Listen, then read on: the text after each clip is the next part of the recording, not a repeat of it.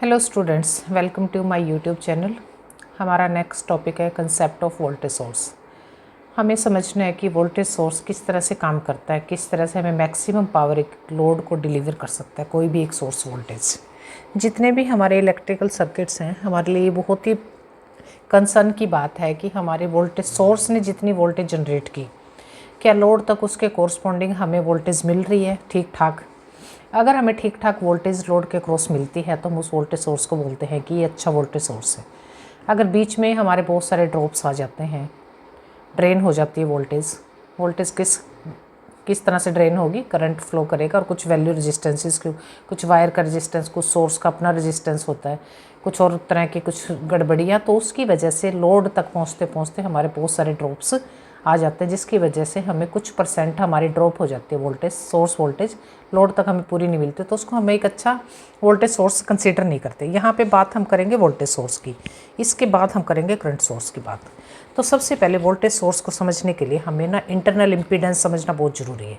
जब तक हम ये चीज़ नहीं समझेंगे तो हमें ये टॉपिक समझ नहीं आएगा। तो इससे पहले मैं कराऊंगी आपको इंटरनल इम्पीडेंस होता क्या है, वो किस तरह से काम करता है। स्पेशली बीटेक हो या डिप्लोमा स्टूडेंट्स हो, दोनों को ये कन्फ्यूजन बना ही रहता है बच्चों को कि क्या डिफरेंस होता है इंटरनल इम्पीडेंस में, रेजिस्टेंस में। सबसे पहले तो इम्पीडेंस और रेजिस्टेंस एक टर्म है, इसका डिफरेंस आपको पता होना चाहिए। रेजिस्टेंस हम किस केस में कंसिडर करेंगे, जब अभी हम क्या पढ़ रहे हैं, अपने डीसी सर्किट्स ही पढ़ रहे हैं। हमने ना तो कैपेसिटर कहीं पे कनेक्ट किया, ना हमने इंडक्टर कनेक्ट किया है, हमने सिर्फ रजिस्टर ही कनेक्ट किया। अपने जितने भी सर्किट्स, अभी जितने भी थ्योरम किए सभी डीसी थ्योरम्स की है ना। अब ये सेम थ्योरम्स हम एसी में भी करेंगे। एसी में करेंगे तो हम सिर्फ आर को कनेक्ट नहीं करेंगे, वहाँ सी कैपेसिटर भी कनेक्ट होगा, इंडक्टर एल भी कनेक्ट होगा। तो उस केस में हम जितने भी रजिस्टेंस टोटल तीनों का आर एल सी, इनका टोटल जो काउंट होगा ना, उसे हम सिंपल रजिस्टेंस तो नहीं बोल सकते, उसको हम क्या बार नाम देते हैं, इम्पीडेंस। ये टर्म कंसीडर हुई। जब हम अकेला आर कंसीडर करते हैं डीसी सर्किट्स में, तो हम आप पे बात करते हैं इंटर रेजिस्टेंस की बात करेंगे या टोटल रेजिस्टेंस जो भी है सर्किट का। अगर हमारे पास है एसी सर्किट तो हम इस टर्म को क्या किससे रिप्लेस कर देते हैं, रेजिस्टेंस टर्म को इम्पीडेंस से। अब इंटरनल इम्पीडेंस क्या होता है, देखिए कोई भी हमारा, जैसे मैंने अभी बताया कि कोई भी हमारी सोर्स वोल्टेज है, एनर्जी सोर्स है, जितने भी इलेक्ट्रिकल एनर्जी सोर्सेज हैं, वो क्या करते हैं, लोड को पावर सप्लाई करते हैं, ताकत देते हैं, एनर्जी देते हैं। तो उस एनर्जी के रास्ते में जितने भी कम से कम हर्डल आएंगी, रुकावटें आएंगी, तो हम क्या कहेंगे कि बेस्ट है ये वोल्टेज सोर्स, ये एनर्जी सोर्स बेस्ट है, अच्छे से काम कर रहा है। चाहे आपका वो जनरेटर हो, चाहे आपका सिंपल सा, हम एक एग्जांपल से ही समझें, कोई भी हो छोटे छोटा, आप एक टॉर्च का ही एग्जांपल ले लें। टॉर्च में क्या होता है, डीसी बैटरी से कनेक्टेड होती है ना टॉर्च सेल से। तो उस केस में भी अगर हम देखें, ठीक है, टॉर्च में क्या होता है, एक डीसी सेल से हमारे बल्ब जलता है, डीसी बैटरी से, बैटरी मीन्स एक सेल लगा होता है सिंगल, तो उसी पे हमारा बल्ब जल जाता है। तो उस केस में भी हम उसको क्या कंसीडर करते हैं कि अगर सेल से लेके टॉर्च के बल्ब तक कहीं ना कहीं कोई हर्डल है, कहीं ना कोई कुछ वायरिंग का कुछ गड़बड़ है, कोई जंग लगा हुआ है, तो वहाँ पे कुछ ना कुछ वोल्टेज का ड्रॉप हो जाएगा। हमारा बल्ब जितना सेल चलना चाहिए था, मान लो एक बल्ब एक टॉर्च में हमारा निकालता है 10 दिन, तो वो बल्ब वो ही सेल हमारा कितने दिन निकालेगा, फिर मान के चलो कि आपको 10 से 20% वो क्या हो जाएगी, ड्रेन हो जाएगी उसकी पावर। मतलब कि अगर 10 दिन निकालता है तो 8 या 7 दिन ही निकालेगा। Got it. अब हमें क्या देखना है कि इंटरनल इम्पीडेंस क्या होता है। हमें एक छोटा समय यहाँ पे सर्किट टॉर्च का ही ले लेते हैं, एक डीसी टॉर्च का। डीसी बैटरी से हम क्या करेंगे, अपनी टॉर्च को कनेक्ट, टॉर्च के छोटा सा सर्किट देखिए, यहाँ पे हमने क्या लिया अपना, ये लगा दिया मैंने वोल्टेज सोर्स। मान लो कि मेरे पास एक ना 1.5 वोल्ट की बैटरी की सेल है, मतलब कि डिजिटल क्या है ये, सॉरी डीसी बैटरी एक सेल है, टॉर्च का सर्किट है। ये इस सेल का ना इंटरनल इम्पीडेंस है, मतलब इंटरनल रेजिस्टेंस। अभी मैं डीसी की बात कर रही हूँ तो इम्पीडेंस वर्ड नहीं यूज़ करेंगे यहाँ पे हम। यहाँ पे मैं वर्ड क्या यूज़ कर रही हूँ, ये रेजिस्टेंस है, इसको मैं आर, सोर्स का रेजिस्टेंस, ये सोर्स वोल्टेज है, वी एस से इसको डिनोट कर देंगे। सोर्स क्यों बोला है इसको, क्योंकि इसी ने सारा काम इसी ने करना है, यही आगे करंट प्रोड्यूस, मतलब करंट को जनरेट करेगी, करंट को फ्लो कराएगी। ये है हमारा सोर्स का रेजिस्टेंस। इसकी वैल्यू दे दी इसने 0.1 ओम, बहुत छोटी सी वैल्यू, पूरा 1 ओम भी नहीं है, 0.1 ओम है। अब यहाँ पे जो वोल्टेज आएगी ना, अगर मैंने अभी तक सेल कुछ भी जनरेटर यहाँ पे कोई भी कुछ कनेक्टिविटी नहीं की है, तो इस केस में हमारी जो यहाँ पे वोल्टेज होगी ना VT, वो कितनी होगी, हम मान के चलेंगे कि वो अप्रोक्सीमेटली हमारे इक्विवेलेंट होगी 1.5 वोल्ट के ही, क्योंकि कोई ड्रेन तो बीच में आया नहीं ना, छोटा सा ड्रेन यहाँ पे हुआ है एक वोल्टेज का 0.1 ओम के अक्रॉस, वो छोटा सा ड्रॉप है, कंसीडरेबल भी नहीं है। तो हम मान के चलते हैं कि ये जो है ना AB पे हमें वोल्टेज उतनी ही मिलेगी, जिसको हम बोलेंगे ये VT बोल देंगे इस वोल्टेज को हम, टर्मिनल वोल्टेज। कौन से टर्मिनल्स के बीच में, A और B के बीच में। तो अब अगर मैं बल्ब कनेक्ट कर रही हूँ यहाँ पे, इस बल्ब को हम ना लोड से रिप्रेजेंट कर देंगे, लोड ही है ना ये भी बल्ब भी, तो इसको भी मैं किस फॉर्म में ले आऊँगी, ऐसे है ये सर्किट की फॉर्म में ले आए ना। अब हम उसको प्रैक्टिकली देख रहे हैं, उसको हम एक्चुअल बैटरी को नहीं देख रहे, उसका प्रैक्टिकल सर्किट देख रहे हैं। ये मेरा क्या है, बल्ब का सर्किट है, इसको मैं RL से रिप्रेजेंट करूँ। इसका जो रजिस्टेंस है वो है 0.9 ओम। अब सबसे पहले तो हमें क्या देखना है कि हमारा टोटल करंट कितना फ्लो करेगा इस सर्किट में, I कितना फ्लो करेगा देखें, पॉजिटिव टू नेगेटिव जाएगा। तो करंट इस सर्किट का कितना होगा, voltage divided by total resistance, यानी कि RS भी है एक रेजिस्टेंस में, दोनों सीरीज़ में, और ये RL, यानी कि 1.5 डिवाइडेड 0.1 प्लस में 0.9, यानी कि 1.5 डिवाइडेड 1.5 एम्पियर। करंट की वैल्यू कितनी आई है, सोर्स के इसके कॉरस्पॉन्डिंग हमारी आ गई 1.5 एम्पियर। अब इसी के कॉरस्पॉन्डिंग अब मुझे देखनी है अपनी ये वोल्टेज कितनी होगी, टर्मिनल पे वोल्टेज। इस वोल्टेज के लिए हम क्या देखेंगे कि हमें फाइंड आउट करनी है। अब इस करंट हमें पता चल गया, इस टर्मिनल पे वोल्ट कितनी आएगी वोल्टेज, ये वाली A और B पे करंट जितना है गुना में बल्ब का रेजिस्टेंस, यानी कि RL। करंट आया मेरा 1.5 एम्पियर और RL है 0.9, तो ये हो गया 15 में 132, यानी कि 1.35 वोल्ट। इतनी आ गई यहाँ पे वोल्टेज टर्मिनल VA पे। अब हमें देखना है कि वोल्टेज हमारी ये 1.5 थी ना, अब मिली है हमें बल्ब के अक्रॉस 1.35, तो कुछ परसेंट मतलब कुछ वोल्टेज कहाँ पे लॉस हुई, कितना लॉस हो रहा है पहले तो ये देखो अपने वोल्टेज का लॉस। द वोल्टेज कहाँ पे ड्रॉप हो रहा है ये तो हमें पता है ना, इसने कुछ खा लिया हमारी वोल्टेज, इस RS ने। The voltage drop across RS is कितना होगा, सोर्स की वोल्टेज माइनस में टर्मिनल वोल्टेज। सोर्स पे वोल्टेज थी 1.5, अब हमारे टर्मिनल पे कितनी वोल्टेज आई है 1.35, तो कितनी आई है वैल्यू आ गई हमारी 0.15 वोल्ट। अब हमारा ये जो रेजिस्टेंस है ना, ये सोर्स का रेजिस्टेंस, ये इतनी वोल्टेज को खा गया, हमें पूरी वोल्टेज नहीं मिली बल्ब के अक्रॉस, यानी कि लोड के अक्रॉस, टर्मिनल वोल्टेज बोलो या लोड वोल्टेज बोलो, ये हमें कितनी मिली है, कुछ कम मिली है। कितना कम मिली, 0.15 वोल्ट, कुछ परसेंट कम मिली है। ठीक है, कितना परसेंट कम है इसकी परसेंटेज निकाल लेना आप।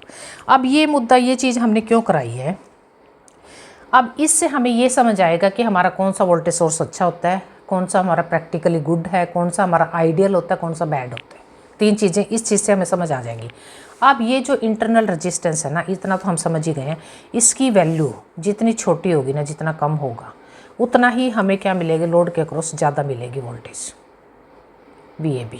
अब यहीं पे ड्रॉप जो कर ज़्यादा होगा, इसकी वैल्यू बड़ी है सपोज करो, तो इसने बहुत सारा खा लेगा ना ये वोल्टेज को, इसमें से वो घट जाएगी, तो यहाँ पे कमी पहुँचेगी ना, समझ गए ये बात। अब इसी के कॉरस्पॉन्डिंग अब हम चलते हैं कि वोल्टेज, ये जो फंडा है ना इंटरनल इम्पीडेंस का, यही हमारा काम करेगा किसमें, चाहे हम करंट सोर्स पढ़ें चाहे वोल्टेज सोर्स। अब वोल्टेज सोर्स के लिए भी हमारा क्या होगा कि जितनी वैल्यू इसकी कम होगी उतना ही उस वोल्टेज सोर्स को हम क्या मानते हैं कि वो अच्छा वोल्टेज सोर्स है। अगर यहीं पे ड्रेन ज़्यादा होगा तो अच्छा वोल्टेज सोर्स नहीं माना जाता है। हमें लोड पे तो कुछ मिल ही नहीं रहा, खाम खाई का क्या हो रही है, हमारी मेहनत ही हो रही है वहाँ पे। तो अब हम देखते हैं अपना कंसेप्ट कौन सा, भला कौन सा कंसेप्ट देखना है अब हमने। अब हम चलेंगे अपने एक्चुअल कंसेप्ट पे, कौन सा, concept of voltage source. Voltage source में वो क्या कहता है, वोल्टेज सोर्स के कंसेप्ट को समझने के लिए हमें सेम इसी तरह से काम करना पड़ेगा। अब मैं सिर्फ DC की बात नहीं करेंगे, हम एक AC सर्किट को उठाएंगे। AC सर्किट को उठाएंगे तो हम हर चीज़ को AC के कॉरस्पॉन्डिंग ही रिप्रेजेंट करेंगे।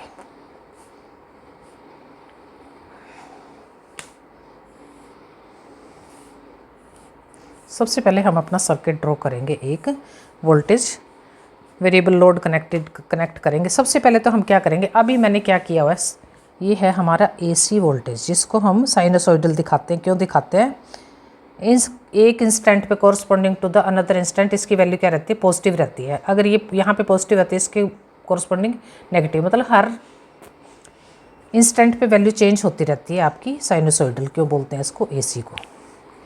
इसको हम एक बार में ये भी नहीं लिख सकते कि अब ये पॉजिटिव नेगेटिव है, तो एक अगर ये अभी पॉजिटिव है तो थोड़े टाइम के बाद यही टर्मिनल नेगेटिव भी हो जाएगा, तो इसके नोटेशन को हम पॉजिटिव नेगेटिव नहीं लिख सकते हैं। तो ये है हमारी सोर्स वोल्टेज, इसको हम रिप्रेजेंट करेंगे जेड से। जैसे वो RS था ना, रेजिस्टेंस था आपका, सोर्स भी तो ये था ना हमारे, कौन सा था सर्किट, वो DC था। अब हमने AC को कंसीडर करना है तो इम्पीडेंस को लिखेंगे जेड से रिप्रेजेंट करते हैं हम AC में। अब देखिए बच्चों, मैंने ना कुछ भी लोड कनेक्ट नहीं किया हुआ। अब टर्मिनल पे जो वोल्टेज मिलेगी हमें, वो अप्रोक्सीमेटली क्या मिलेगी हमें, VS के इक्विवेलेंट ही मिलेगी, VT। ये वोल्टेज, इसको VT से रिप्रेजेंट करेंगे। अब हम क्या करेंगे, इसको लोड से कनेक्ट कर देंगे। कुछ लोड यहाँ पे हम कनेक्ट करेंगे। अब ये जो लोड होगा ना वेरिएबल होगा, जो ये एरो है ना इस चीज़ को रिप्रेजेंट करता है कि ये जो लोड है आपका कम ज़्यादा हो सकती है, इसकी वैल्यू एडजस्टेबल है, तो इसको रिप्रेजेंट करेंगे हम ZL से। अब वोल्टेज सोर्स के केस में भी क्या होगा, वो क्या कहता है कि आपका जो इंटरनल इम्पीडेंस है ना, अब हमने क्या करना है, इसी के कोरस्पॉन्डिंग अपनी कैलकुलेशंस देखनी है कि किस तरह का वोल्टेज सोर्स है ये मेरा जो सर्किट है ना, एक वेरिएबल लोड मैंने कनेक्ट किया था, वेरिएबल लोड वोल्टेज सोर्स है ये, ठीक है। अब इस जेड के कोरस्पॉन्डिंग, इसी सर्किट के कोरस्पॉन्डिंग मैं यहाँ फाइंड करूँगी, कैलकुलेट करेंगे अपना total current of the circuit. Total current of the circuit, total current कितना होगा उसको रिप्रेजेंट करेंगे हम I, किसके इक्विवेलेंट होगा, voltage source divided total resistance ZS, और जैसे अभी हमने पीछे किया था ZL, ठीक है जी। अब ये क्या कहता है कि जो अब टर्मिनल वोल्टेज हम क्या निकालेंगे, अब टर्मिनल वोल्टेज क्या होगी, जैसे उसमें निकाले नाउ, ये निकल गया, करंट फाइंड आउट हो गया ना। अब कैलकुलेट करो अपनी terminal voltage. Now calculate the terminal voltage. कौन से वाली टर्मिनल वोल्टेज, वैसे तो VT के नाम से दिखाया, A और B टर्मिनल के बीच में, यानी कि लोड के क्रॉस इस टर्मिनल पे जो वोल्टेज है कितनी है, टर्मिनल वोल्टेज VT, या इसको हम VAB भी बोल सकते हैं। A और B टर्मिनल के बीच की वोल्टेज VT लिख लो, एक ही बात है, कन्फ्यूज़न ना रहे बच्चों को, बच्चे इन चीज़ों में भी कन्फ्यूज़ हो जाते हैं कई बार। तो VT कितनी होगी, जितना हमारे सर्किट में करंट है और जिस पॉइंट के क्रॉस हमें इसको निकालना है, यानी कि ZL, लोड लगा है ना। अब I की वैल्यू यहाँ पे मैं पुट करूँगी, क्या थी, VS डिवाइडेड ZS प्लस में ZL गुना में ZL। अगर इसी को हम थोड़ा सा और सॉल्व कर लें, VS डिवाइडेड ZL को मैं बाहर ले लेती हूँ, ZS डिवाइडेड ZL प्लस में 1 गुना में ZL, ZL से ZL कैंसिल हो जाएगा, ये हमारी क्या आ जाएगी, सॉरी VT को एक स्टेप और बैठा लेते हैं। VT किसके इक्विवेलेंट आ गई हमारी, VS डिवाइडेड 1 को आगे ले लूँगी, 1 प्लस में सोर्स वोल्टेज, सोर्स का जिस इम्पीडेंस डिवाइडेड लोड इम्पीडेंस, ये आ गया। अब बच्चों ये हमारी आ गई एक इक्वेशन, फर्स्ट इक्वेशन, हम इसको इसी को मानेंगे। अब देखिए इसमें हमारा क्या कि अब हमें टर्मिनल पे वोल्टेज, देखो हमारा मेन मुद्दा क्या है, सोर्स तो हमें पता है हमने कौन सा लगाना, मान लो मैं जनरेटर से पूरे घर को सप्लाई दे रही हूँ, मुझे पता है मेरे इतने वॉट पावर जनरेट कर रहा है ये जनरेटर, ठीक है, उसमें तो हमें कोई चेंज नहीं कर सकते, लेकिन हम अपने लोड में घर पे जो आ रहा है उसमें हमें देखना है कि हमें हर टर्मिनल पे वोल्टेज का कहीं खाम खाई का लॉस ना हो, वो पूरी मिले। तो हमारा मेन मुद्दा क्या होता है कि VS और VT में ज़्यादा डिफरेंस ना हो, जितने वोल्ट का ये है ना उससे थोड़ी बहुत ड्रॉप होए, बाकी हमें पूरी लोड के क्रॉस पे पूरी वोल्टेज मिले, कहने का ये मतलब है, ठीक है। मान लो सप्लाई से हमें 220 वोल्ट आ रही है, घर तक आते आते वो 100 मिलती है, तो हम कंप्लेंट करते हैं ना कि भाई लाइट डिम है, क्यों है डिम, कहीं ना कहीं कोई फॉल्ट है, खाम खाई का कहीं ना कहीं ड्रेन हो गया हमारी वोल्टेज, जिस वजह से हमारे घर तक, हमारी सॉकेट तक वो क्या हो रहा है, पूरा बल्ब भी नहीं जला पा रही है, इतनी कम वोल्टेज आई हुई है। Got it. अब इस वोल्टेज को पूरा करने के लिए हमारे पास क्या देखिए, अगर हमारा ये जो रेशो है ना इम्पीडेंस की, इंटरनल इम्पीडेंस की और लोड इम्पीडेंस की, अगर ये 1 के कंपैरिजन में बहुत छोटी है, बहुत कम है, तो हम क्या मानते हैं कि इसकी जो वैल्यू आएगी ना VS/1 1 पॉइंट समथिंग, तो VS/1 यानी कि VT समथिंग बाय 1 क्या होता है, जो उसकी वैल्यू है VS ही रहेगा ना, किसी की बटे में 1 हो तो VT डिवाइड VT किसके इक्विवेलेंट हो जाएगी, VS के इक्विवेलेंट ही रहेगी। यानी कि जो हमारी सोर्स की वोल्टेज, जो हमारे को मेन मिल रही है सोर्स वोल्टेज, हमारा कोई फ़र्क नहीं पड़ेगा। तो इसको हम बोलते हैं कि एक अच्छा वोल्टेज सोर्स है। अगर मैं समझा पा रही हूँ बच्चों आपको, तो इसी के कॉरस्पॉन्डिंग अब उस केस में अगर हम कहें, अगर ये रेशो मेरी 1 से ज़्यादा आती है, 1 है ना ये, अगर ZS यानी कि सोर्स का जो इम्पीडेंस है ना, ये इम्पीडेंस जो सीरीज़ में लगा हुआ, इसकी वैल्यू बड़ी है, ZL की भी कुछ वैल्यू है, तो यानी कि ये जो दोनों का रेशो कट बढ़ के ना 1 से ज़्यादा आ जाता है, तो हमारा कंसिडरेबल हो जाएगा ना वो अप्रोक्सीमेटली 1 भी, अगर 1 भी आता है ये, यानी कि VS/2 जो भी वोल्टेज है VS/2 डिवाइड करके, तो VT पे काफ़ी फ़र्क पड़ने वाला है यहाँ पे। देखें ना, अगर इसको प्रैक्टिकली करेंगे हम ये चीज़, तो उस केस में हम नहीं मानेंगे कि वो एक अच्छा वोल्टेज सोर्स है। तो इससे पूरा कंक्लूजन अगर हम इस चीज़ का निकालें, तो पूरा का अच्छा वोल्टेज सोर्स कौन सा होता है, वो होता है कि जिसमें इंटरनल इम्पीडेंस जिसका कम हो। वोल्टेज सोर्स के केस में ये बात है, करंट के केस में ये बात नहीं होगी, वो कुछ और होगी, अभी नहीं बताएंगे, कन्फ्यूज़न हो जाएगा। जब करंट सोर्स करेंगे तभी हम करंट की बात करेंगे। इतना समझ आया बच्चों आपको? अब चलो, अब अगर हम कहते हैं ना कई बार कि भाई ये तो प्रैक्टिकली हमें आइडियल चाहिए वोल्टेज सोर्स, कोई भी चीज़ आइडियल तो कुछ भी नहीं होता भगवान के सिवा, इंसान ना कोई इंस्ट्रूमेंट। तो आइडियल के केस में क्या चाहिए आपको? आइडियल केस में हम चाहते हैं कि VS जितनी है ना उतना ही VT मिले, उसको हम क्या बोलते हैं? आइडियल। तो वो कौन से केस में होगी? वो सिर्फ उस केस में हो सकती है आपकी जब इसकी वैल्यू 0 हो। अगर इसकी वैल्यू 0 होगी इस वोल्टेज की, तो इस इम्पीडेंस की, इंटरनल इम्पीडेंस की वैल्यू अगर हमारी 0 होगी, तो इस केस में हमारा ड्रॉप यहाँ कुछ भी नहीं होगा। इसकी वैल्यू 0 थी, यहाँ से करंट सीधा 0 होगी, तो मीन्स यहाँ पे कोई रुकावट नहीं थी, तो पूरा करंट लोड के क्रॉस गया। लोड के क्रॉस जो ड्रॉप आएगा, अब ये जो ड्रॉप आएगा वो इक्विवेलेंट टू VS ही आएगा। VT आएगी किसके इक्विवेलेंट आएगी? आपकी VS के। किस तरह से आएगी? क्योंकि VT क्या है? करंट गुणा में ZL सीधा, और इसको VS के इसमें रखेंगे, तो यहाँ पे अगर 0 रहेगी ये वैल्यू, इनकी ये वैल्यू अगर 0 होगी, तो हमारी VT किसके इक्विवेलेंट मिलेगी? VS के। वो केस कौन सा होता है? आइडियल होता है। प्रैक्टिकली आइडियल ये हम 0 होता ही नहीं है, कभी भी नहीं होता। क्यों नहीं होता? अब देखिए, बैटरी का जो सेल है उसका इंटरनल इम्पीडेंस किसकी वजह से? छोटा सा सर्किट है, टॉर्च कितनी होती है आपकी? 4-5 इंच की। 4-5 इंच में कितनी लंबी तार आई? कुछ भी नहीं आई। लेकिन जो सेल के अंदर का इलेक्ट्रोलाइट है ना, वो भी कुछ रेजिस्टेंस जनरेट करता है। जो करंट हमारा फ्लो होगा ना, जो इलेक्ट्रॉन्स का मूवमेंट है, उसमें कुछ हर्डल पैदा करता है। कौन सी चीज़? बैटरी के सेल का एग्जांपल ले तो उसका इलेक्ट्रोलाइट, वही उसका इंटरनल इम्पीडेंस बनकर, जैसे मैंने अभी बताया था यहाँ पे, ये रेजिस्टेंस जो क्या था, किस वजह से था? या इसी बैटरी का, ये जो सेल है इसके अंदर जो मसाला भरा हुआ है उसने कुछ रुकावट पैदा की। कितनी की? थोड़ी सी की थी। इसलिए बैटरी का सेल अच्छा सेल है, चलेगा। अगर ये रुकावट ज़्यादा होती हमारी, तो हमें क्या था? वही बात है, 10 दिन की बजाय 5 दिन ही सेल चलने वाला था, राइट। अब ये हमारे, इसके बाद हम आइडियल, इसको प्रैक्टिकल वोल्टेज सोर्स में नेक्स्ट वीडियो में कराऊंगी। इसकी 2-3 वीडियो बनेंगी, अच्छे से समझाने वाली हूँ। ये बहुत इंपॉर्टेंट टॉपिक है, इसी पे सारा बेस्ड होता है हमारे, चाहे हमारे AC में काम करें हम, चाहे हम इलेक्ट्रॉनिक्स पे काम करें। आगे इलेक्ट्रॉनिक्स पे आप जितने भी काम करेंगे ना एक्टिव डिवाइसेस के साथ, तो वहाँ ये कंसेप्ट बहुत काम आता है। Thank you.